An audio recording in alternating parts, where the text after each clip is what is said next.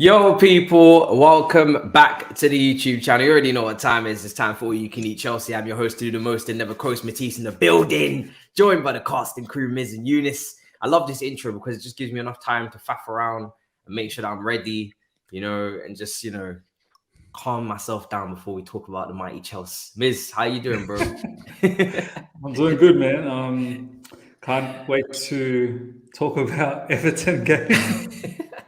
I'm buzzing. I'm so excited. Nah, man, I'm pretty sure we've got other things lined up. So, yeah, man, no, it's good, man. Premier League's back, man. I'm excited, bro. Come on. Yeah, it's been a mad weekend, Younes. How you feeling? There's been some shocks as well. Other teams dropping points, falling apart at home. I'm thankful for the win now. That's exactly it. Overall, I'm good. We won. Others lost or dropped points. So happy days. But yeah, it's all about looking forward to Tottenham now as well, because that performance against Everton we're going to talk about and whatnot. Personally, right now, today, I'm not letting it affect me. It is my birthday. I'm eating cake. Oh, wow. Happy birthday! Yeah, wow, you really surprised us with that one, didn't you? This guy. I thought I'd wait until we go live. He's a content maker. He's a content maker. Opportunities at the right time. He didn't even let us know. We've been talking for at least 30 minutes before we went live. And he just kept it to himself. Wow. I feel like doing a whole song, but I don't want to get copyrighted. They probably copyright the song if we sing it. If you sing it well enough, you'll get copyrighted. Yeah. Oh, so happy birthday song will actually they won't. No one owns happy birthday. Who owns happy birthday? Listen, YouTube will find a way to own happy birthday. Trust me. They will. We gotta sing for him. Come on. We gotta sing. We sing it. We sing it now. We'll embarrass ourselves and him at the same time. Happy birthday to you. Happy birthday to you. Happy birthday to you. Happy birthday to you. I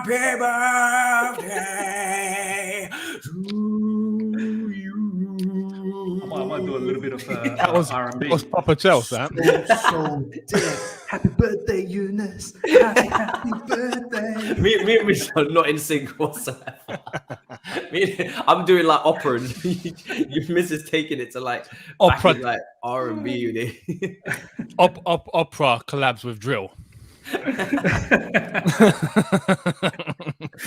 Wait, who's the favorite? Thank you guys, much appreciated. Thank you. I don't know, K-Trap or someone.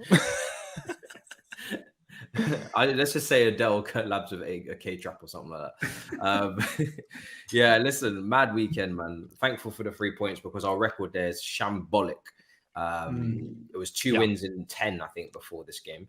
I want to start. The reason why I want to talk about this game is not really to even be a Debbie Downer, because I think we'll leave the negatives for now. It's too early in the season because some players clearly aren't up to scratch. Let's wait maybe 4 games in before we really judge them. But I definitely will hype up the ones that played well. Cucurella off the bench was the only person to create a big chance in that game, and he came on 75 minutes, completed more dribbles than Mason Mount and Kai Havertz combined. As I was reading CFC Central's tactical analysis from he was my man of the match. He was unbelievable, bro. I came away from that game and all I wanted to talk about was Cucurella. Obviously, Koulibaly was brilliant, to be expected. Talk about him in a minute. Thiago Silva, talk about him in a minute. But Cucurella, just what he gave us when he came on, the progressive passing, the touch, just the fluidity, the silk. And then obviously the cutback for Sterling, the pace as well. Everything he did was at an intensity. And when I was looking back at his clips as well at Brighton, I thought to myself, he's going to stop so many crosses. Those crosses that used to come in down Alonso's side because he just didn't quite get there, or 1v1 he'd be beaten. I just don't see Cucurella being that guy. He's just so quick. And yeah, he's just a quality footballer. And I'm not going to lie, when I seen him do that cutback for Sterling, immediately I thought about Man City. Immediately. Because I was like, this is what it could have been. This could have been Man City, but it's us. And we just need to pattern up in a few more areas and we'll be good. But people that are raising their eyebrow at the price, I can't lie, I don't even care. I'm just happy to have a quality player, because when that kind of quality comes in, I think you're not even going to remember about the price. And I think the way I watch Koulibaly play as well, I can see why Tuchel wanted a left footer as quick, maybe as a Cucurella or somebody else on that left side centre back role, because Koulibaly was brilliant. Obviously, pulled up injured at the end. I don't think Koulibaly is in his best interest to maybe be left side centre back too often, running up and down that side of the pitch and carrying the. Obviously, he's a great passer, but to actually carry the ball up that side of the pitch and end up in the final third, which is where that left side centre back Rudiger would have been. One, because he's not a final third player, Cucurella is, so it'll be a lot smoother when we get up there. And B, you just don't want him to get injured as well. You don't want him to have any problems like that. I think him in the middle of a back three, marshalling things is kind of probably where he's at. And I remember in his press conference when he said, "Don't compare me to Rudiger, I'm not Rudiger." And I think I saw a little bit as to why he said that. Different, very different player, brilliant player, but not the same player athletically. But yeah, Miz, what did you make of just the whole backline, man? I mean, Silva as well, just, yeah, insane. Yeah, man. Silva, Koulibaly, I mean, does it get any better than them in the Premier League? I don't think so. Or even in like European football. The wealth of experience, you could just see both of them just veterans of the game. They just knew what to do positionally, position-wise, distribution-wise. And yeah, they're fantastic. We can talk about them all day long. I want to just take the time to talk a little bit about Cucurella now. It's so clear to see why Man City went for that player. Like, he's such a Man City type of a player. Everything he did, as you said, Matisse, progressive passing, that going into that byline and cutting it back for Sterling, like that is textbook Man City play. And this is why I said post that match, I tweeted straight away. I said one of the biggest benefactors of Cucurella is going to be Sterling. We worry that, man, Sterling is here now at Chelsea. He's going to have to do a lot of the things all by himself. Hopefully, some of that burden will be taken away from him, because I'm hoping Cucurella will be able to support him, find that final ball to him, and hopefully Sterling can put away. The thing is, we need more. We need more than Cucurella. We need more than Sterling. It ain't going to be enough if it's just them two. This isn't a Mickey Mouse league. Do you know what I mean? But I have to say, I want to see what you guys have to talk about this, because I know we can sit here and say, we need this player, we need that player. But, and once again to the live chat, and I think a lot of you guys have been saying it anyway, there has to be a time where you need Thomas Tuchel to also get the best out of whatever he has, because I'm baffled, and I know this is a poor Man United team. I get it. Their front three, okay, let's say front four, was Solly March, Adam Lallana, Danny Welbeck, and Trossard. And I kid you not, every time Trossard and Solly March got the ball, they were wanting to take the player on. Their movement in the half space, Matisse and Younes, like Welbeck was making runs behind the defenders in the half spaces, and Adam Lallana was finding him as well. I'm thinking, is this Brighton? Like that front four that I just told you, like, that ain't like scaring anyone in world football. But it's that manager has drilled in a particular style of football in their mind. I think they can play it with their eyes closed. I think they just know the pattern of the. It's not a coincidence that Brighton is doing well. It's not a coincidence. No, it's not. Especially after losing Basuma and Cucurella. Exactly. And I'm not even talking about Matisse this season, because we've only seen one game so far. I'm talking about Brighton last season, the season before. There has to be a point where even Thomas Tuchel now needs to sit down and go, okay, I'll get whoever else I'll get. Like, I'm pretty sure we need to get more attacking players, I think. I know we're in for Wesley Fofana. We have 100%. To get attackers, because Werner's gone, Lukaku's gone, potentially Callum Hudson-Odoi gone, and Ziyech doesn't want to stick around. So we'll be very thin if we don't add more, at least a couple of more players up front. And I'm pretty certain by the end of this month, hopefully we'll have either someone on loan or someone permanently, right? Once we have that, I need Thomas Tuchel to just say, okay, I need to get the best out of this group now. I need to ensure that... Because I can't have Graham Potter playing that kind of football. And I know Potter's been there in Brighton for a long time. I get that. And Thomas Tuchel turbulent last season. I absolutely understand it. This season, I need a bit more from what he's going to get. That's just my honest and humble opinion. Thomas Tuchel in, by the way, for everyone that's going to say, this is Thomas Tuchel. Younes, what did you make of it? And anything else you want to build on from that? Yes, on that point, before we get into like the defense and that game itself, on that point, when you look at Sterling and his impact and the way that he moves, I wish we had everyone moving the same way, basically. So that gives me belief that if Sterling is doing it, if we have a profile like Sterling who is able to have that license to move forward, take players on, take that risk, be direct, but be technical. And I think that's where we lack. I don't think it's necessarily, we can't attack. I honestly believe that maybe some of these players that we have in our front line just are not technically gifted to the point where we need them to be. I think they possess other attributes, but for example, you ask well, it's mad because I look at Kai Havertz, or I look at Mason Mount, and I think, surely you can, but like they're able to run, they're able to go up to a player, they're able to, come face to face with the intention I'm going to take him on, but then okay, take him on. And then you see them turn backwards and they pass back to Reece James or they pass back to whoever. And it's like, whereas you look at a Sterling and it's, no problem, give me the ball. And he's gone through. And I just feel like, if we were able to get a couple more players that are able to do that. I saw this morning, I don't know if this is legit, we're now linked with Memphis Depay. Cool, okay, we'll see where that goes. I would take that right now. Then, at that point, I agree with Miz. We looked at Thomas Tuchel. And once Thomas Tuchel has no excuse, he has these players, right? Then we start analysing properly because I feel it's obviously clear that he needs to be given the team that he wants to build. And then we assess the manager from there. At that point, look, we got the players. It's on you now. We'll see what happens to this first part of the season pre-World Cup because we got a World Cup that's going to interrupt everything.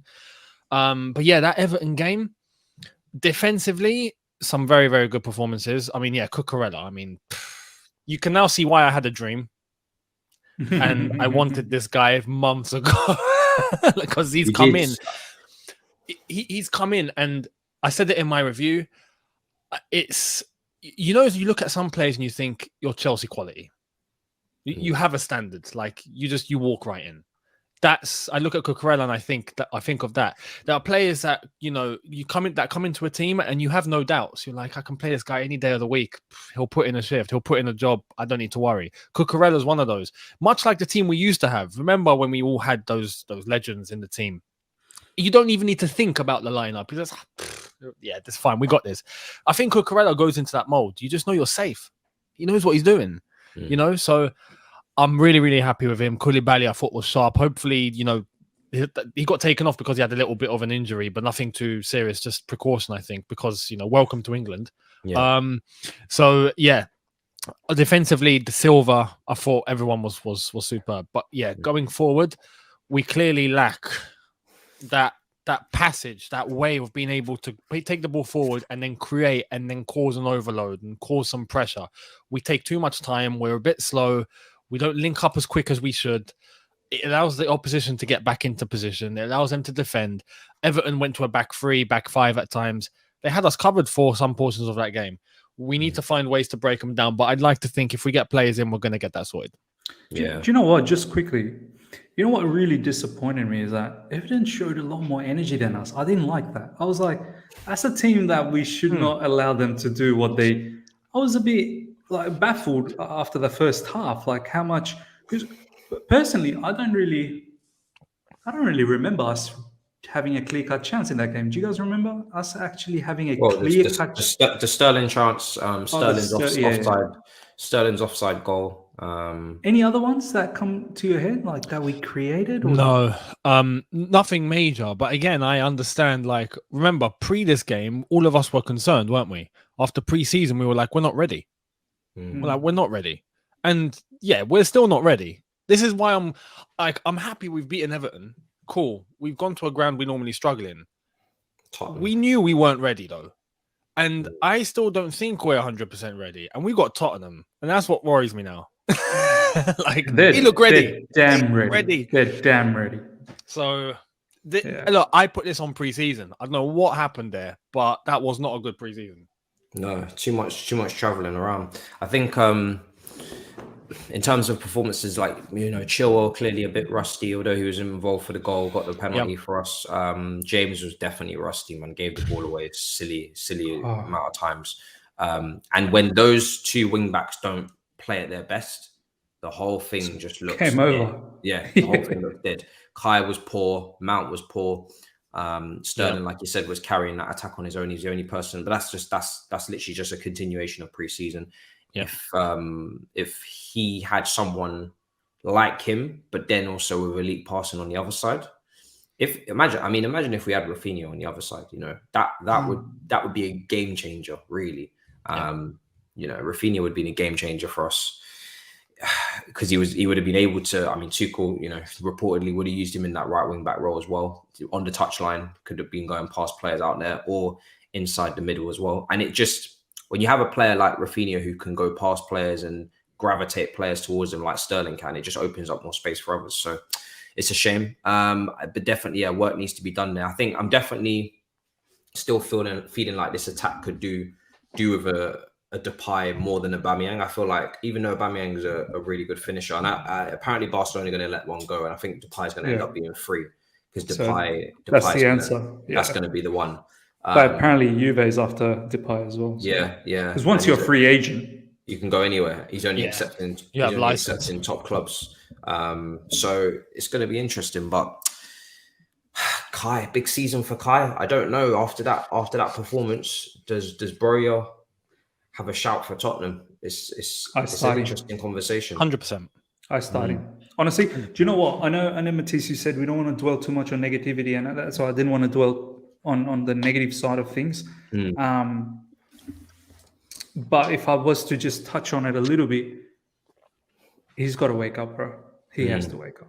Like some people were commenting to me when I tweeted this out last night. Oh, but Miz, it's just the first game. And I'm like, are you kidding me? Was this the first time we saw Kai Havertz play? Like, come on, man. Like, this is his third season. This isn't based on just a one game. Like, this is based on the preseason where he was sleeping, much like all his other teammates. This is based on being very inconsistent over the last 2 seasons. Yeah, there were patches where he was good, but then there were patches where he wasn't good at all. I've actually got massive belief in this player. Like, I've seen this guy in flesh, live, in Abu Dhabi. I saw how good his, movement was, his touches were. Yeah, something about, I don't know. He needs to take life a lot serious, man. He needs to take life a lot serious.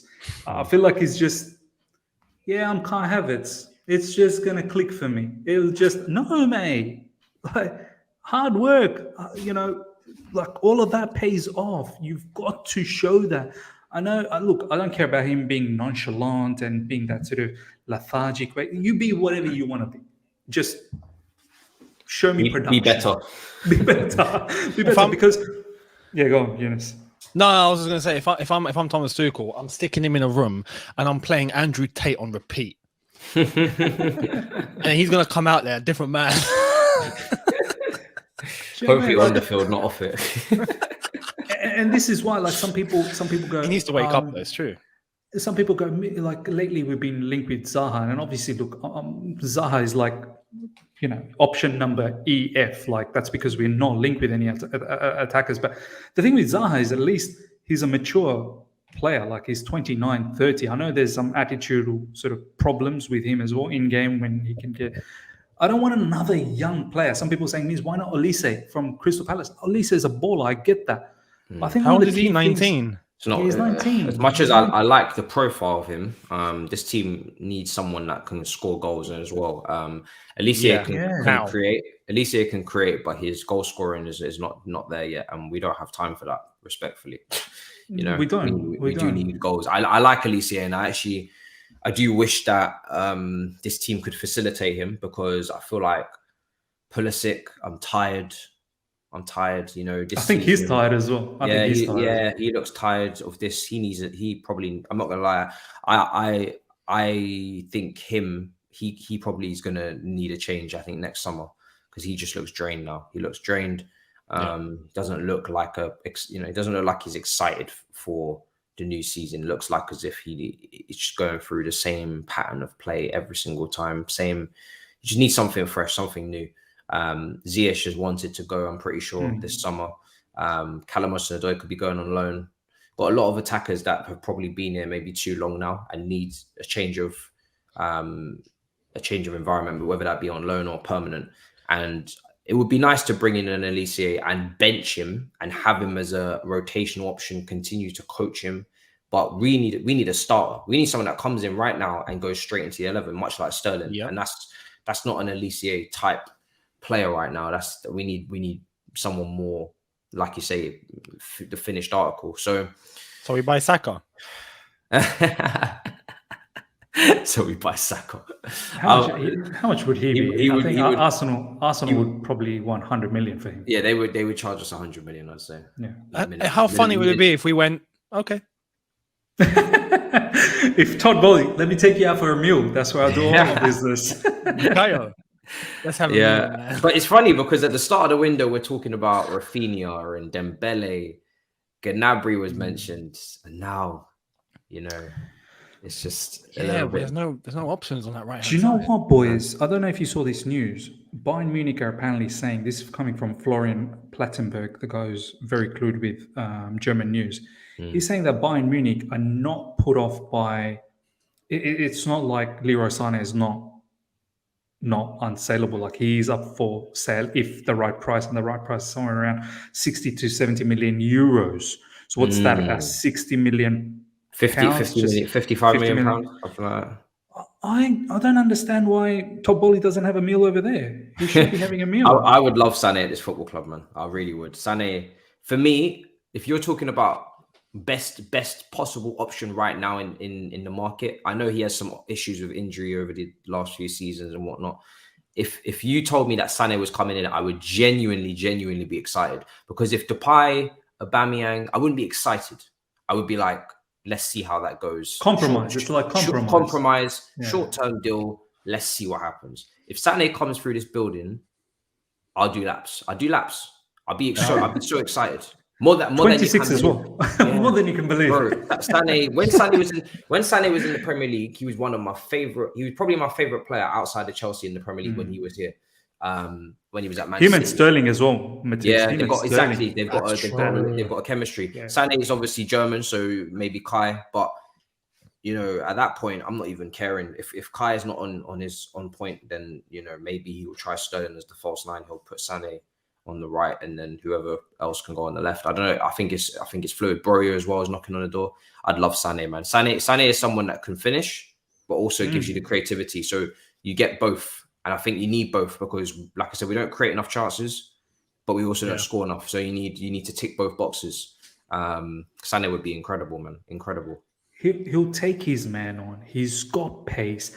26 as well. So some could say that's hitting prime right now. Prime. Yeah. Yeah, man. We should be all over it. Like, let's treat like we're about to spend close to 80 million on Wesley Fofana. Wesley Fofana is a fantastic defender, but that's insane money. Like, that is insane money.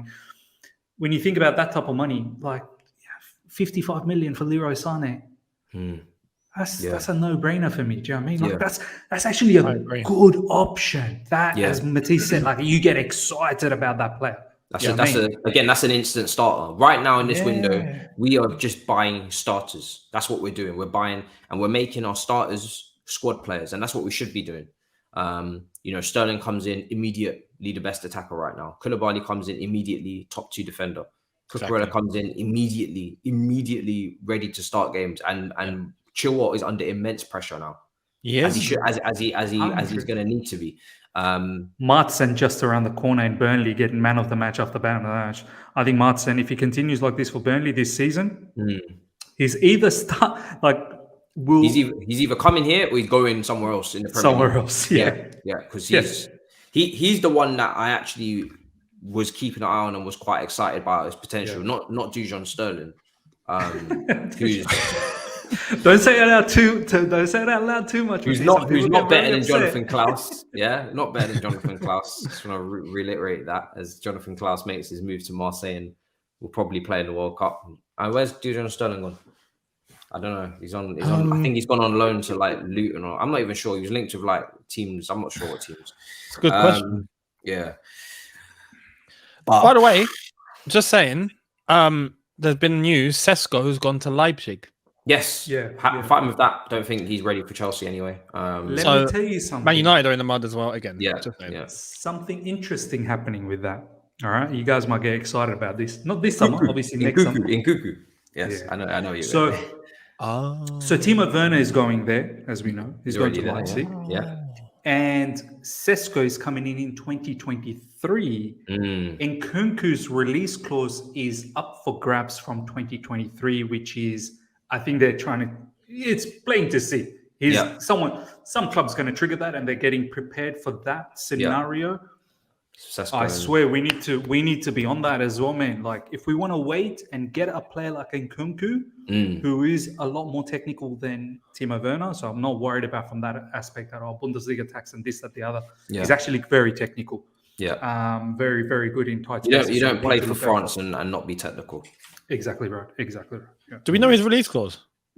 Something about 70. It's not something. It's not something outrageous from what I'm aware of. It's definitely manageable. It's not like 100 million or anything silly like that. It's definitely manageable. So also, hang on. Do we really want to go back to the Bundesliga? I have PTSD. I have they don't have much experience doing it up against low blocks. But me too. The market is bad, and it depends on what the market looks like in 2023. What other options are there? But I wouldn't rule out Nkunku because, like Miss says, he is much more technical. Yeah. I think when people compare him to Timo Werner on Twitter, it's very lazy. He for me, he will be a much better fit. But yeah, I get you. There is some PTSD with the Bundesliga because obviously he hasn't 100%. Gone up against the defenses that we're coming up against. This is why I was such a big fan of Gabriel Jesus, because he knows what he's coming up against in this league. He's been here, he's done it.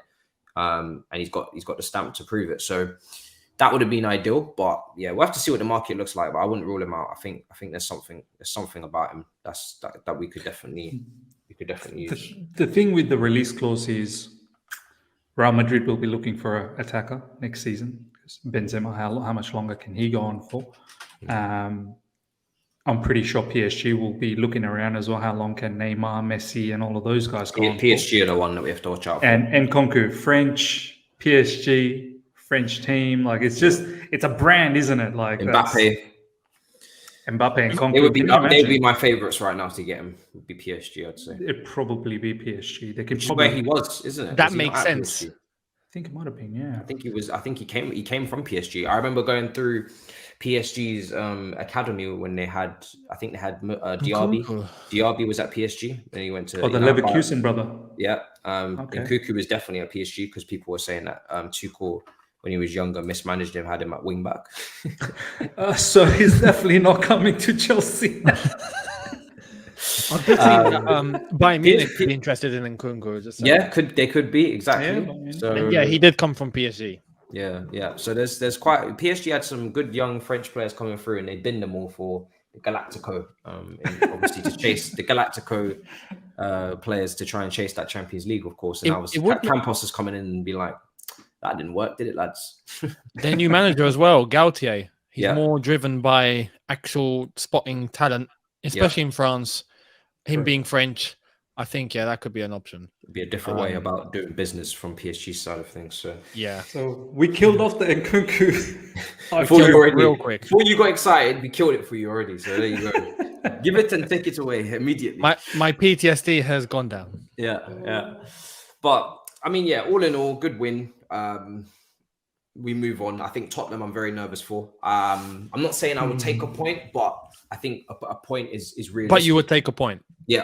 I think it's because listen, you always want to beat Tottenham. We got a great record against them. I think we beat them 3 out of 3 last season when we played them in that New Year kind of time. We played them 3 times in various different competitions and beat them, obviously 2 semi-finals in the Carabao. And then another game, I think maybe in the league. And we walked all over them, and we do have a knack of stepping up our game for Tottenham. However, from a quality standpoint, you look at someone like Kulusevski, and I think, Kai, you need to be like that. You see what Kulusevski's doing with that left foot of his delivery, shooting, taking players on, IQ, intelligence, just Too everything good. was just on point with him. And it's funny because Son and Kane didn't score in that game. Yeah. And they are still whipping 4-1. And I know Southampton, we've played Southampton. That's Timo Werner's favourite team. You know, Southampton are an absolute mess. I think they deserve to be in a relegation battle this Hassan season. Hutel will go. They act. Hassan Hutel will go. Yeah, I think he will. He will hustle away. But I think Tottenham, we have to be careful, man, because Basuma didn't play that game. Perisic didn't play that game. Spence didn't play that game, and these are all probably upgrades on that starting 11. So they definitely are actually. So, and it's Conte. He's come back to the bridge. It's a whole story plot, and Sky are gonna make a meal out of it. You know, talk about having a meal. You know, Todd's about to have some friends at that table because they're gonna make a whole meal out of that, and they're gonna make it a whole thing, and it's gonna be a very high pressurized big game because you don't want to lose to Tottenham this early on in the season. It sets down a marker. I'm not saying it's definitive for the table, but it puts down a mentality, you know, mentality little tick where it's like Tottenham have gone to the bridge and won. Serious team. Chelsea have just lost to Tottenham. Where does that leave them? Question marks. And losing at Tottenham at home is never acceptable, regardless of where Chelsea are, whether they're finishing 10th, whether they're first. The traditional passionate Yerders in the stadium will not have a Tottenham defeat at home. The atmosphere will. They won't take it. No, they will not take it, and nor should they. Won't have it. Because as we always say, we ate Tottenham. We ate them. So, do you know what? Matisse. All along after that victory against Everton, I was like, I'm a bit worried about Spurs. But now what you've just said, it's really kicked into my head. This has a potential. If it goes south, we could be beat. It'd be peak. You remember when we could be battered here if we were. If this goes south, I think it has a potential to ruin the morale so monumentally that it will downward spiral to something that I don't want to think about. We have to be very careful because if they score first, we know how bad we are in them positions. And it could just go like we ain't getting through a Conte physically fit and conditioned after pre-season backline with our attack. It's not happening. And we haven't even talked about. We've talked about Kulusevski, who's a fine player. He's turning out to be a superstar. Bentancur in the midfield is just as good. Yeah. And even though their defense is not that great, but Romero is doing a very good job over there, marshalling that defense. Yeah, man. Minimum a point. You cannot lose this because you lose this. Not at home. I'm worried about the morale of the team, man. Already so many players want to go. We haven't brought in players in. I just for Tuchel's sake, man. Like can't lose at home, Tottenham. Draw minimum, and then a win for sure. A draw steadies the ship, and then you can move on. And we can say it was too early in the season for us when we played them. We know that, yes, we want to beat them. And I'm not saying that we can't, but I'm also saying we cannot lose. Remember that, what Mourinho said? We cannot lose. We cannot lose. Cannot lose to these lot. And it's as simple as that. And like I said, Conte has almost purposefully saved Basuma in bubble wrap for us. And we know how good Basuma is. Last time he came to the bridge, walked all over us with Brighton. Perisic, we know top left wing back in Serie A. Bubble wrap. Spence, better than Emerson Royale probably. Bubble wrap. Even though Emerson Royale had a hand in one of the goals. We have to be very careful. We have to be seriously careful. Conte is going to come with purpose. He's coming to win. What he's like. Conte's coming here to win because it's a statement. And even on a personal level, maybe he's not thinking about that, but like he's going to be ruthless with that Tottenham team in that dressing room. And the preparation they've had has been fantastic. Let's be real. Their preseason has been, but as I've said, he killed them in preseason. But if you don't think they're fit, they are more than fit now. They've been regimented.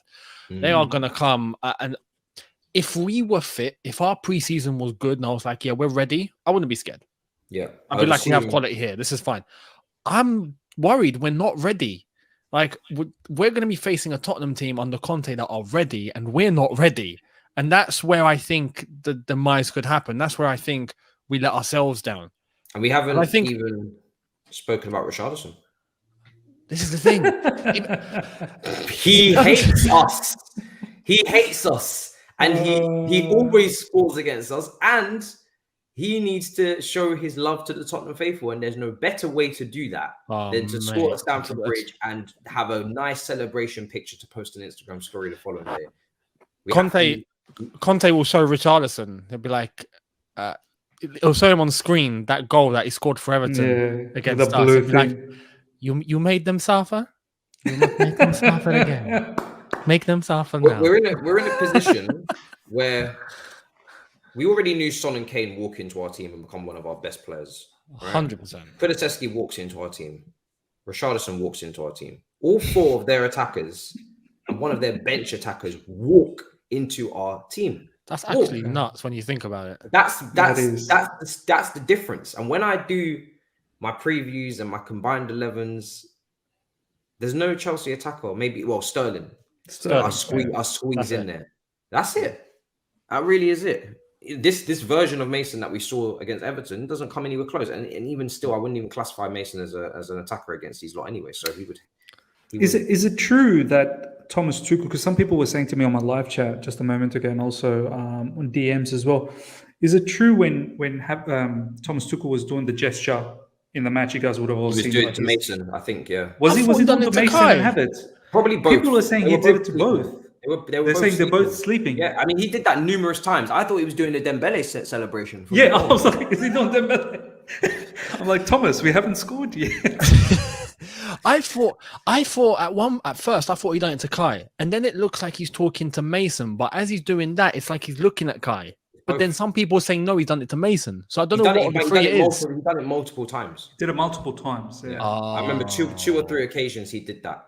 And I love it. Maybe he done it to both. Great screenshot for Twitter. Do you know what? Both were sleeping. In fact, even Reece James 100%. Was sleeping. Yeah, Reece James was proper. Reece James was like, fourth alarm, you're late for work, hurry up. Get out of bed now. Seriously, this is your didn't have his trousers on, forgot his clothes. He's on the brink of calling in sick just because he can't be bothered to get out of bed. Yeah, this is real rusty from Reece. Really, really rusty. Very rusty. My biggest, which again, if someone like Reece isn't ready, and we know how good and how physically fit, especially last season he was. If he's not ready, mate, what do you think about the rest of the team? We're playing Tottenham, mate. Yeah, it's going to be a tough one, boys. But hopefully they're being put through their paces this week. They've got time to prepare, which is one thing. Luckily, it's not a midweek game because I think that would be a real problem then. I'm just saying as well, that Tottenham game, I'm going to be away and I'm watching that with a friend of mine who's a Spurs fan. So Chelsea, I swear to God, if you let me down, that review is going to be paralleled. You're going to be at Stamford Bridge, Younes, watching that? No. I'm away. I'm not at home. Oh, you're not at home. So, I'm going with some friends. We're spending the weekend, and one of them's a Spurs fan, and we're all watching the game together. And I swear to God. Yeah. Listen, I swear to everything. I want to be laughing in his face. If he's laughing in my face, I'm not letting it go. Do you know what? My only sort of hope is that, yes, they've got a blockbuster attack, but we've got a blockbuster defense. I hope. Come on. Koulibaly to break all their legs within half an hour. I mean, I'm hoping Cucurella, he has to start left wing back. Koulibaly left, CB, Silva, and please, I don't know if I want Aspie and RCB. I think I need to have Chalobah, just with a bit of robust pace. Can we get Fofana done by Saturday? Fofana, can you play 2 games? I was about to say that Fofana really needs to be done and be Cucurella ready to play because Trevor's been very ropey, very up and down. Love him, but very up and down. Sometimes he's getting ripped and skinned. Sometimes he's having a great performance. There's not really any middle ground. Just needs to settle down. I don't know. I think Fofana should be ready, Matisse, right? Like he just played a match. So I mean, this is what I'm saying. He's playing on the weekend as well. I think Chelsea now, with it being Tuesday, and I'm seeing that they're 10 million away on valuation. I think they know that they need to have Fofana for that game. Like if you're signing a caliber defender of Fofana's level, even at his age, get him ready for Tottenham. Have it in your mind now on 100%. Tuesday that we want this deal done for Tottenham. Tottenham is on Sunday. That is a massive game, and it is a game where Heung-min Son, Harry Kane, Richarlison, Kulusevski, like you need your best options available. And I am not confident right now in Trevor being able to handle that side. And I'm a big defender of Trevor. I think sometimes he's harshly looked upon. But right now, where we're at as a team, that defense is our foundation, and we cannot afford anybody to be giving away a penalty, anybody to be getting skinned, anybody to be weak in that defense. That defense has to be impenetrable. It has to be the best possible defense we can put out, because I know for damn sure that attacking ain't going to be ready. So that defense has got to be unstoppable. Champions League level, winning level defense that we had. I do want to say, better wake up as well. Yeah, but I'm just going to assume that he does. 100%, he better. If he's not, we're in trouble. But what I want to say, with how physically fit Tottenham have become, coming to the Bridge is an advantage for them. Because remember, the Bridge is a smaller pitch. It's a much smaller pitch compared to their ground or wherever, even in the Premier League. We have one of the smallest pitches. So if you have one of the smallest pitches, that means ultimately that would mean slightly less running. And I just think Tottenham are well conditioned. They're going to want to play on a surface like that. Kane and Son, give them space on a smaller surface, you're getting skinned. So yeah, defensively, we can't let anything through at all. So let's see. Yeah. Well, listen, let's talk about Frenkie de Jong as well, because this is a player that we're making moves to. I don't know. Can we get him for Sunday as well? Yeah, I mean, I don't know. I don't know where in the conversation we are. Where in the texting on WhatsApp are we? Are we just saying hello? Have we asked him out for a meal? Are we getting to know the family? Are we? Apparently, Todd has called him, Matisse. Apparently, there's been a phone call. Oh, really? Yeah. Because I can see in the reporting that he would clearly rather join us than Manchester United. Manchester United is off the table, and it's between either staying at Barcelona or coming to Chelsea. Now, apparently, Barcelona are going to take legal action on him for his contract. I don't understand how the victim is now being victimized, which is what it feels like. I don't know how they're taking legal action against him. I'm pretty sure it should have been the other way around. But anyway, Barcelona finding a way to change the rule book, as always. It's like someone breaks into your house and then they try and say to you, you're in the wrong for being in the house while they broke in. Like, how dare you be here while I'm trying to do what I'm doing? My day job. It's insane. But Frenkie de Jong, I mean, Miz, talk to me. Why? Because I would like the player, but I do have concerns as well. Talk to me about, do you have no concerns about the player? He's a quality player, technically gifted, very good passer of the ball. I wouldn't say like Cesc Fabregas or level or anything. I don't want to put that level of pressure on him. I don't think he's that level yet, but much better passer than we have, and we need his level of passing, whatever level that may be, because he's definitely going to be a massive upgrade. Great dribbler, similar to Cover in that respect as well. Build up plays on point. Well, any worry about it, or just completely this is what I wanted in this midfield. This is what I dreamed of in this midfield when I was thinking of midfield targets. Look, from the get-go, before the summer even started, when we were talking about that, we're looking for a midfielder. We were heavily linked with Declan Rice, this, that, the other. I said we need a certain type of a midfielder that is capable of still playing elite level of ball playing ability. Do you know what I mean? It just can't be someone who's defensively good. Like, you're going to see a lot of the ball. Like, Chelsea will hold a lot of the ball, and you've got to be able to manipulate passes, space. You've got to have very, very good vision. And there's been a lot of names that's been thrown around, but Frenkie de Jong is someone who is a 3-in-1. He can play as a sitter. Yeah. He has actually in Ajax played as centre-back over there because his ball-playing ability was elite, and defensively it's a myth that he can't defend. He's very well-equipped to defend as well. He may not come across someone like a Basuma or a Kante style, very aggressive in defense, but he's very smart. He's very cunning when it comes to defense. You don't necessarily have to be all about physicality and, in-your-face kind of defending. So, someone who can play 6, someone who can play 8, someone who can play 10 is something that we lack. Like, if you look at our midfield, right, Matisse and Younes as well. Jorginho, he can play register to a T. But when it comes to that middle part of the field, or even in that final third, when sometimes the ball falls into him, he's not always on a regular basis finding those key passes. There are times where he finds them, but he's not always finding them. He doesn't always also. There's been a really good compilation that's circulating around Twitter at the moment about Timo Werner, the amount of runs that he's made and we've missed. Many a times the culprit was Jorginho or Mason Mount and XYZ, many other players. So we don't have that from Jorginho. He can play from deep, but can't necessarily play that well when he's in the middle of the park or in the final third.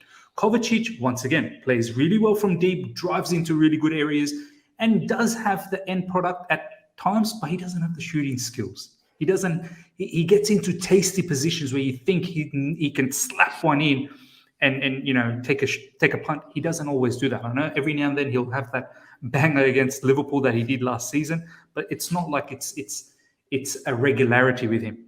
Kante, it's well documented. There are games where he looks unbelievable, like he looks like 3 players in one, and then there are games where he's like, ooh, that's not the kind of profile that we probably wanted in a possession. In the final third, In the final 30. He gets into positions where I keep saying KDB is in those positions in Man City, and we are expecting Kante to do that. Do you know what I mean? Do you know what's so funny about De Jong? By the way, this is another player that I would be excited by.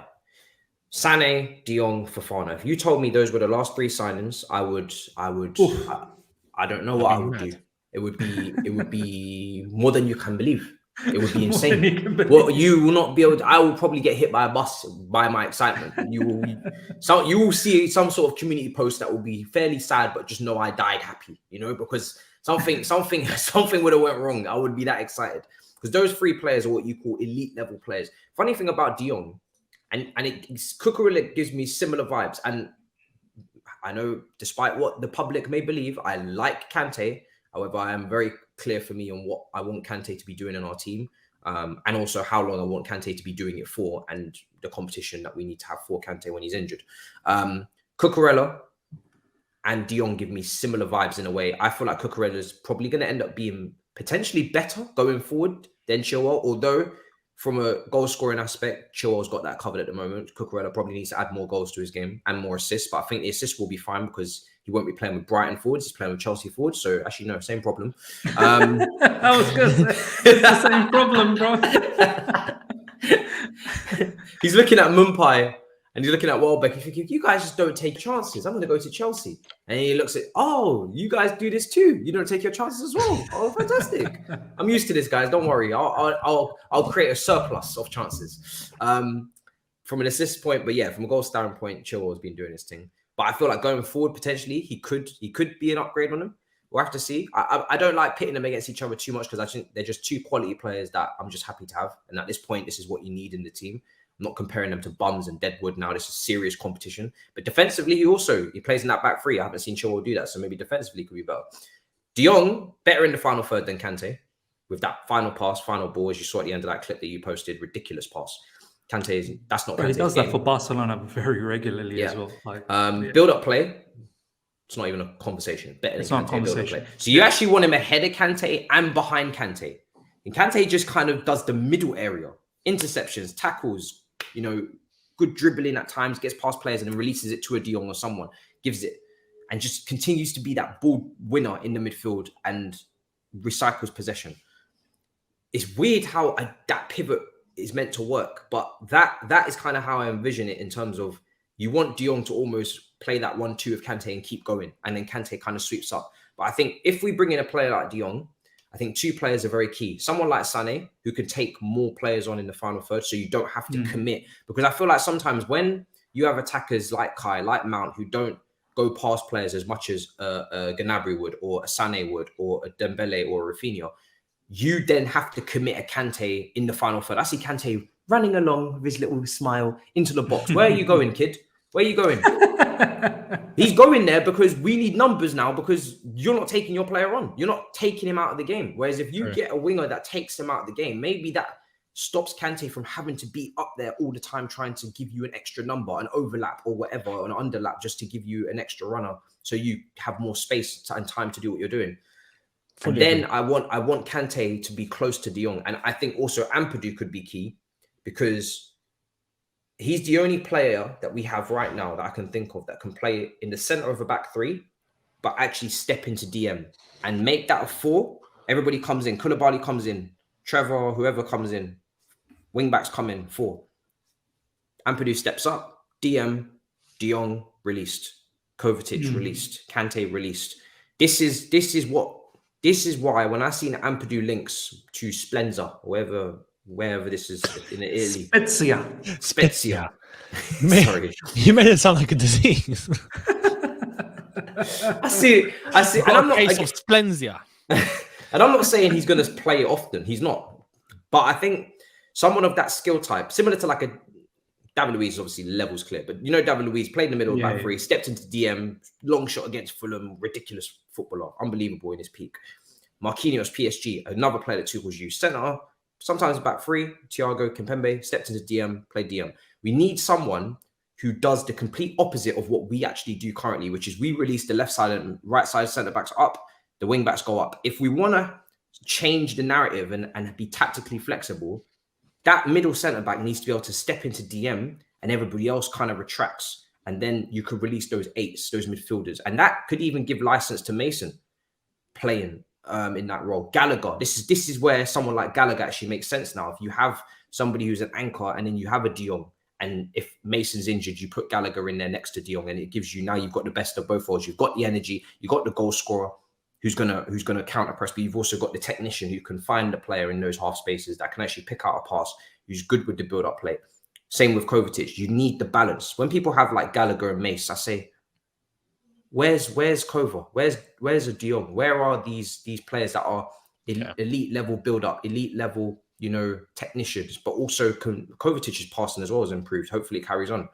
That's how I envision it in my head. I don't know if it's making sense, but no, it does. It does. That's just, if you're bringing in a De Jong, I don't want De Jong to just be constantly caged into this sitter, because then we're not getting the final pass that we probably need from him, because this team doesn't have it. The reason why we should be buying him. That's all reason alone is the reason why we should why we should be buying him.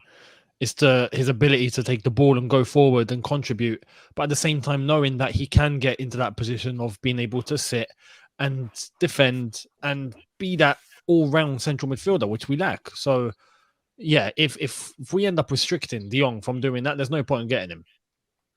The way I'm more picturing De Jong now, because we can sit here and talk about, we need that Marquinhos kind of player. I don't know, we can say Ampadu, but the fact is he's now put on the market and he's going to go. So I'm more thinking, what do we do now? And I'm more looking at what recently Koulibaly said in a press conference, that I think there was a particular journalist that said, so, what do you guys think about 3-4-3? And Koulibaly actually made the correction. It's not 3-4-3, it's 3-5-2.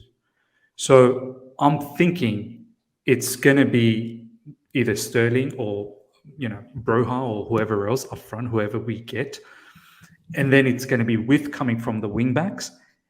And someone like De Jong will be part of that midfield 3. So you could potentially have, let's say, Jorginho sitting deep with Kante and Frenkie de Jong. Frenkie de Jong, just going back to that initial thought that you were saying, Matisse, in regards to his weakness. Frenkie de Jong is capable of doing everything that Jorginho can do. Frenkie de Jong is capable of doing everything that Kovacic can do.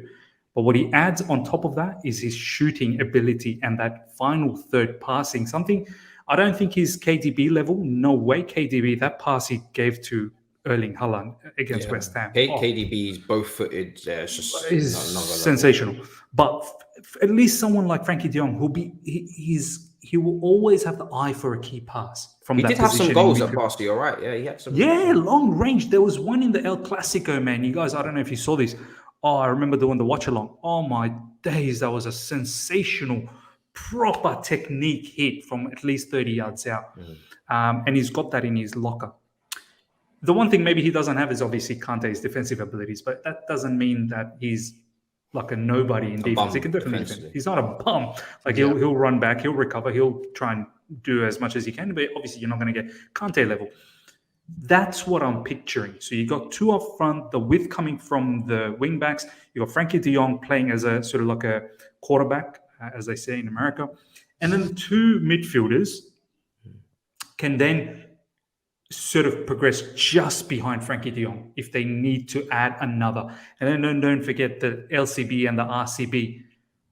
I feel like there is an evolution there as well. Let's say Marc Cucurella at times plays as an LCB. Do you think Marc Cucurella is just going to stick in the back? Nah, he's going to find ways how he can overlap even Chilwell if Chilwell's playing as a left wing back. He'll try and give that extra sort of body up front, because Cucurella knows I've got the legs to recover if I need to. And he's also got the cover anyway because of Koulibaly and everyone shuffling across, and Chilwell being able to just hold his position and transition and defend for him while Cucurella gets back. And that's what we didn't have before with Alonso, is he wasn't quick enough to cover. Exactly. And if you have three midfielders, say you got three midfielders, two up front, you could potentially have a CB like Cucurella at times taking the chance and bombing up because you got the two midfielders to cover them. So look, all of this is great in theory, and it makes sense. We're like that evil scientist on the chalkboard, just like trying to calculate how we can change this team. What we've described, by the way, is a 200 million outlay, right? Sané, Fofana, De Jong. That is 200 million pounds. On top of what we've already spent. Which I don't know what it is. Let's just pretend we didn't spend anything. How much have we spent? I mean, they were talking 300 million before. I mean, Sterling was 50, 45. Sterling 50. Yeah, Cucurella 60. Let's just say 60. Let's just say 50, 55. 45, 55. Koulibaly was 40. 35? No, he was quite cheap. 33, I think, is let's say 100. We probably spent about 135 million at this point. Yeah, add that on to 200. Outgoings. So we what's the outgoings looking like? 20 million for Werner. Lukaku was £1.50.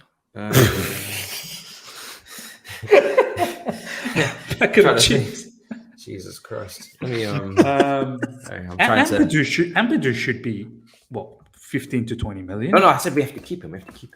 Oh, we have to keep him. Because think about it, we just let I know, he could go. We just let Colwell go. We let Malang Sarr go. But I think Colwell Malang Sarr will bring us. Colwell's gone to Brighton. He's just beat Man United, isn't it? On loan. Yeah. Oh, fantastic. I don't think we're getting any fee for Colwell. No, that's what I'm saying. But like from a squad depth standpoint, oh shit, we bought Chukwuemeka as well. Oh, 20 yeah, we balling out, bro. And the goalkeeper, Celinho as well. Yep.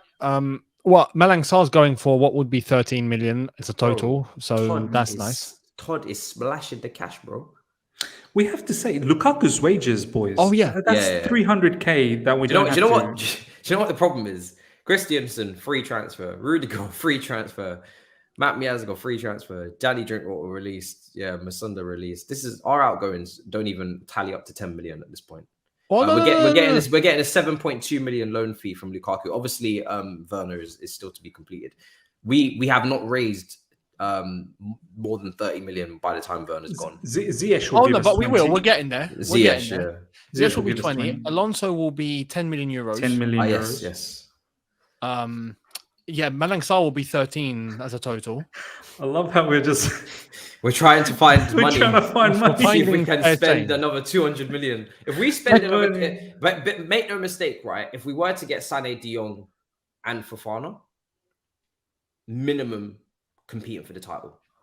Yeah, you got to push Liverpool and City. You have to push them now because it's not even from a rival perspective. I mean, they will be on our necks, and fair. That's fair enough.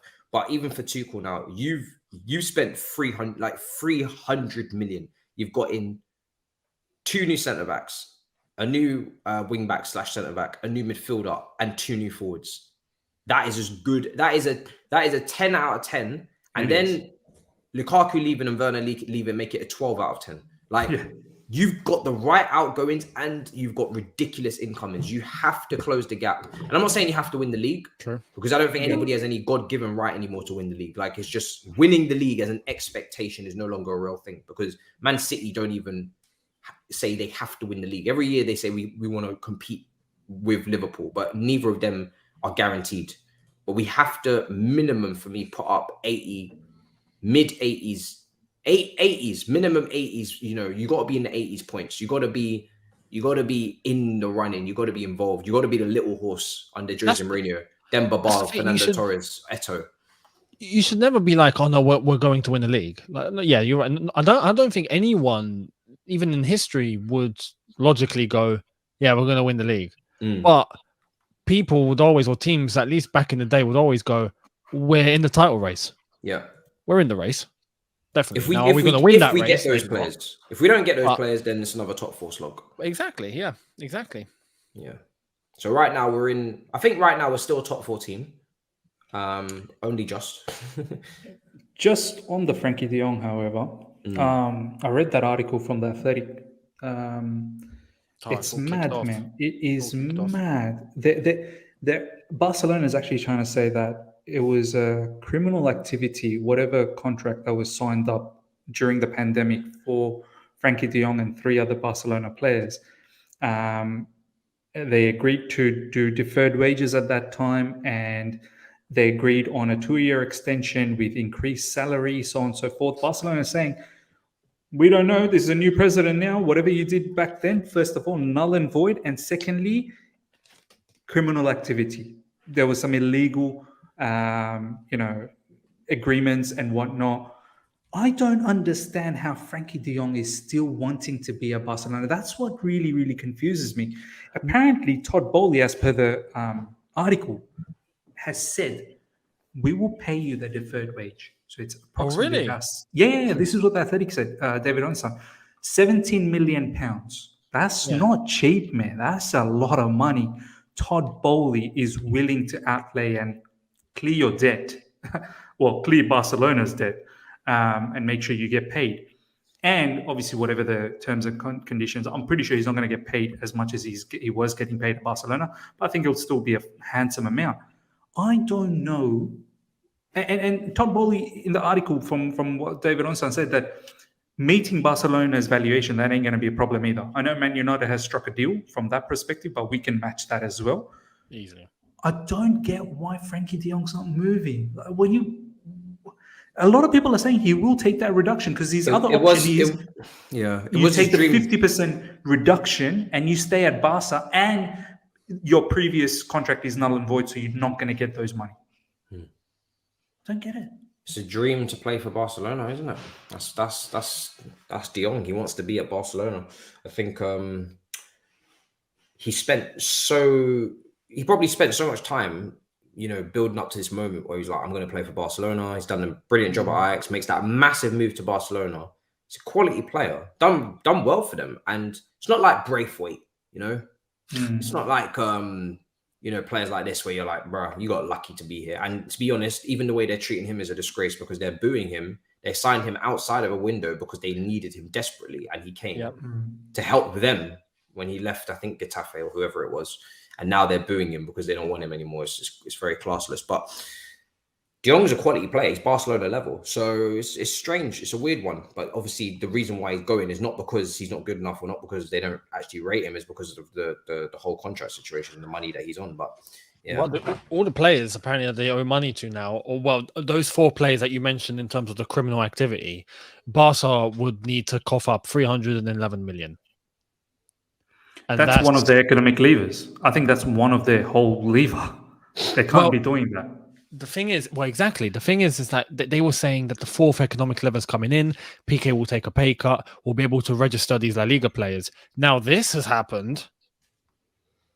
You got to find another 311 million people. How many levers are there? Can I ask? I think there's only 4. I think this is it. Yeah, the last lever. Only 4. Yeah, you can't. You're going to pull so many levers, right? Because it all comes down to the lever breaks. It all comes down to the percentage remaining on their Barcelona TV rights and all that. They also sold 49% of BLM or something like that. Yeah, 49%. That's the max because obviously they want to still hold maximum shareholdership. Hey, you never know. They might just get cheeky and sell the whole damn thing. We don't need TV anymore. Screw it. They still haven't registered their new signings. They haven't. No. Which ones? Kessie and Christensen's registered. The 5 signings they haven't registered in the league yet. Lewandowski, Rafinha, Kessie, Christensen, Kunde, and all of them not registered. Nope. I'm pretty certain they're not. I could be wrong. Live chat, let us know. I thought they had Christensen and Kessie registered minimum. I don't know. I'm not keeping up with them anymore. Ever since they fucked over our transfer window, I just walked away. I said, right, I don't know you lot anymore. Good luck with your business. But to be fair, we're still actually dealing with them for Depay, so fuck. Apparently, with the fourth economic lever and PK taking a cut, they'll be able to register these players. But now this has happened. So it's like, okay, now what? This is the thing. As much as I want De Jong, I would take Depay on a short term. I don't want to help them. I want them to suffer. I know. We will also suffer as well because we don't get these players in. So everybody will suffer. We all suffer. You burn, we all burn. I bring you down with me. Do you know what? Barcelona are still after Bernardo Silva as well. They are, yeah. They are toxic. They are a toxic club. And they want to talk about criminal activity. Than a club. Yeah, not more than a club. Just about a club now will be the new motto.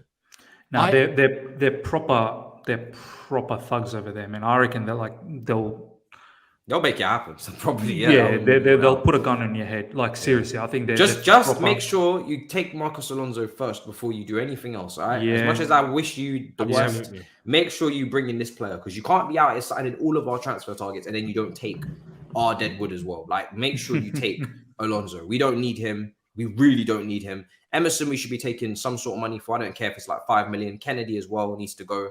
Clear out all of them left wing back. I don't even know if Baba Ramen Noodles is still here as well. Listen, we can have Emil. Get him out as well. I want all of this cleared. Who else didn't get a squad number? Ampadu actually didn't get a squad number. Billy Gilmore's number got robbed by guys. So ironic. Batshuayi hasn't got a number. Who else is there? Barkley. Oh, Lord of mercy. When is this boy leaving? Into his final year. We've got a lot of players like that in their final year. Kennedy, Barkley. Oh, what a beautiful transfer window that will be. But yeah, that's basically it. I think we've touched upon everything. Didn't want to grill any players, but I'm pretty sure I still did. I just remembered something because I remember seeing this in All You Can Eat Chelsea. Sorry, All You Can Eat Chelsea. I remember seeing this in the Big Six show. Just quickly, I know Chelsea fans, they know this, but I know there's a lot of non-Chelsea fans that watch this as well. In regards to Cucurella, that fee, people don't understand. No, they don't. That's not fee for just Cucurella. Exactly. Fee plus the fee to keep Levi Colwell. Like, you need to understand. Exactly. The reason why we were able to get him on a loan is because we paid this premium to get Cucurella, or else Cucurella would have been, 52 million? 50, I think that 52. He would have been 50, 52, and Levi Colwell would have gone to Brighton for about 20.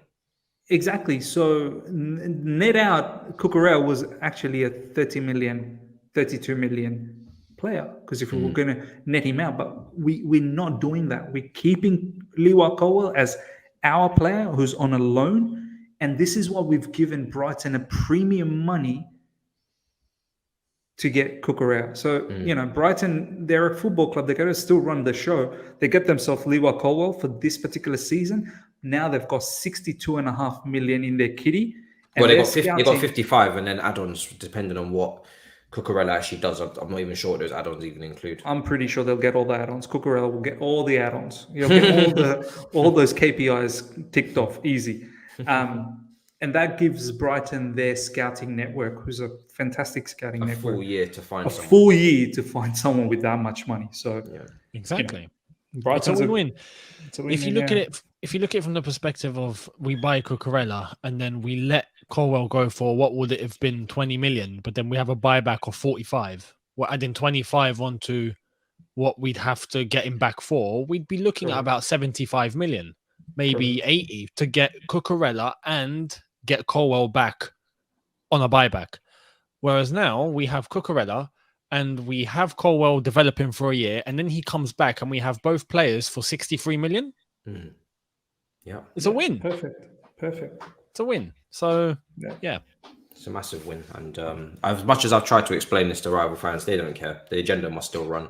But do you know what? I don't mind because the player's quality. He walks into everybody's team. Maybe not Liverpool because they only play with one left back, but he walks in. It's beautiful when you have a player that actually walks into City's team. You can't say that too often. So yeah, quality player, and no doubts about him as a player as well. He's just exactly what's needed. So without further ado, we're going to wrap up, but we do have Tottenham coming up, and the next show will be, I think, well, do we not have Southampton? I'm not even sure what the fixture list even looks like, to be honest. Let's take a look. Is there a midweek after the weekend? Something tells me there could be. I'm pretty sure Southampton is early for midweek, isn't it? Hey, it's never too early in a World Cup year. There's no midweek. So yeah, it's Tottenham, then Leeds away the following Sunday. Then it will be Leicester at home. It feels like we've almost got too many gaps here. Where are the midweek? Where is the No, the midweek comes after Leicester. We got Southampton on the Tuesday. Southampton, yeah. It's a bit surprising it's going to take them that long to get to midweek fixtures. I thought they were going to just go straight in because of the World Cup. But I think most of the season will be played after the World Cup. So, and Champions League, is that going to happen before World Cup or all after World Cup? Oh yeah, the group stages will have to be done. We'll definitely start in September. Yeah, so that's what I'm saying. Group stages haven't even been drawn yet. They haven't been announced, so yeah. So those will kick in. Yeah, you'd think they kick in fairly soon, and that will start the midweek. Those probably what those midweek gaps are for. So yeah, looking forward to that. But hopefully we get Barcelona, Inter Milan, and Sevilla as well. I know that's not possible because you can't have two Spanish clubs in one group. But we saw last season there was enough corruption in the group stage draw. So I want to see Barcelona, Sevilla, and Inter Milan. I want to play. Can you imagine Lukaku? I want Barcelona just because of Barcelona, and I want Sevilla. Actually, do you know what? We can't draw all of them, though, can we? No, we can't. I have to say, but I don't want Barcelona. Not yet. Later. They look dangerous. Yeah, we can have Inter now, and we'll have Barca later. It's like Inter maybe, but yeah. Oh no, Inter's happening. They think they got away with that. They think they got away with taking Lukaku on that sort of money. They think they've just nabbed 100 million. Okay, what happens if he can't play? What a shame that would be, hey. For the storyline, I don't know what Inter Koulibaly. I don't know what pots everybody's in, but for the storyline, I'd be shocked if we don't get one of Barca or Inter, because it just, for the story, it makes sense. It's got to be Inter. Barca would be pot one. I know what they are the missed. pots? Hang on. I don't know. It's based on the last 5 seasons, right? Yeah. So Barca wasn't actually good. They might be pot 2, Barca. Yeah, I'm not so sure. we could we won the Champions League. I'm pretty sure we'd be in pot 1. Yeah, you'd assume so. I don't know if they're doing the pots based on the previous season, or is it over the last 5 years? Or over the last 5 years, I think. We're in pot 2. We're in pot 2. We're in pot 2 with. Well, even with because Liverpool, we finished Chelsea, because we finished. Yeah, because I think only pot 1 can be winners or title winners in your country. Yeah, so it's not over the last 5 years anymore. It's over the last season. So I think we have to be pot 2. Barcelona probably pot 2 as well because they didn't win the league. Barca pot 2. Liverpool, Barca, Chelsea. Inter pot 2 as well. No, Inter pot 3. Okay, wow. So we can get them. We can get them. So we can get them. Okay. We can get pot 3. Dortmund, Salzburg, Shakhtar, Inter, Napoli, Sporting, Bayer Leverkusen. It's going to be Inter. Sevilla in the Champions League this season. Yeah, they're pot 1. No, they're pot 2. We'll see you guys in the knockouts. Well, there you are. I have now started to dream of carnage in these Champions League fixtures. Yes, Lukaku, come back to the bridge. Lukaku, come back to the bridge and bring Jay-Z with you as well. Every time he touches the ball, it's gonna be peak, bro. I will spend all of my energy booing, not even cheering on the team, booing 100%.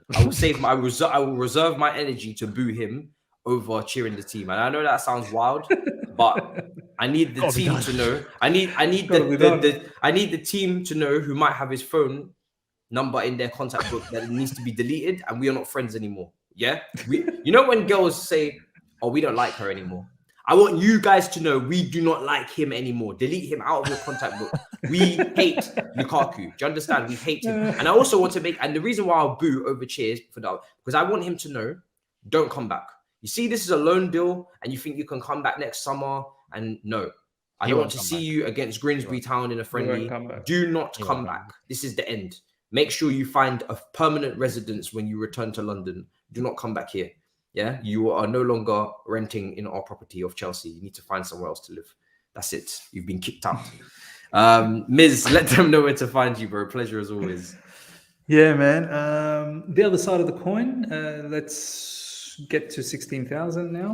We've got 15. It's been very, very good over the last few months. Yeah, let's progress towards Spurs coming up during the weekend. Tough game. Younes, let them know where to find you, bro. Pleasure. Yeah, man. Thanks for all of this. This was fun. And I've just seen some De Jong news. Oh no! Shall we do another episode? We have to cover it. No, okay, no, really quickly, because Gerard Romero has spoken. And we now take his thing seriously, don't we?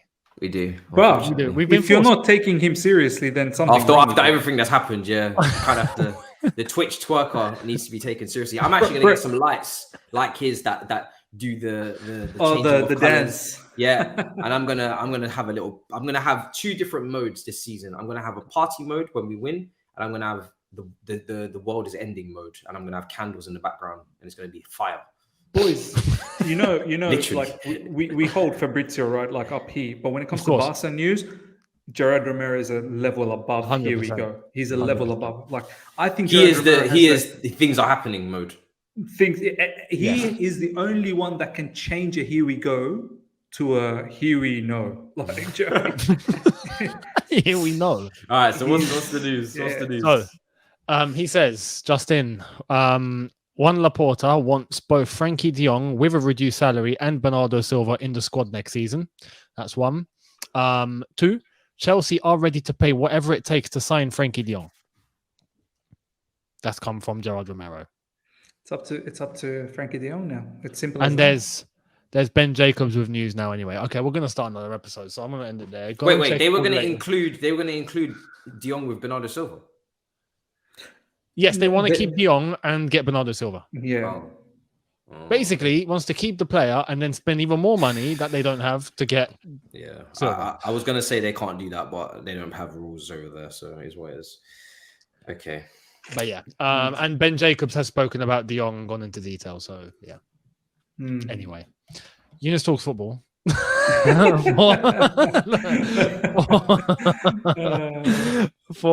For all of my latest, and I've got a birthday Reddit coming out later today, and I've got the latest on my opinions on it, and preview to the Tottenham game will come on the Saturday, and then obviously the review on Sunday while I'm away. So yeah, there you go. Well, guys, make sure you subscribe to both the boys. My head is I need to read this Ben Jacobs news and see what he's got to say in this thread. So until next time, big up your damn selves. In a bit, people. Peace.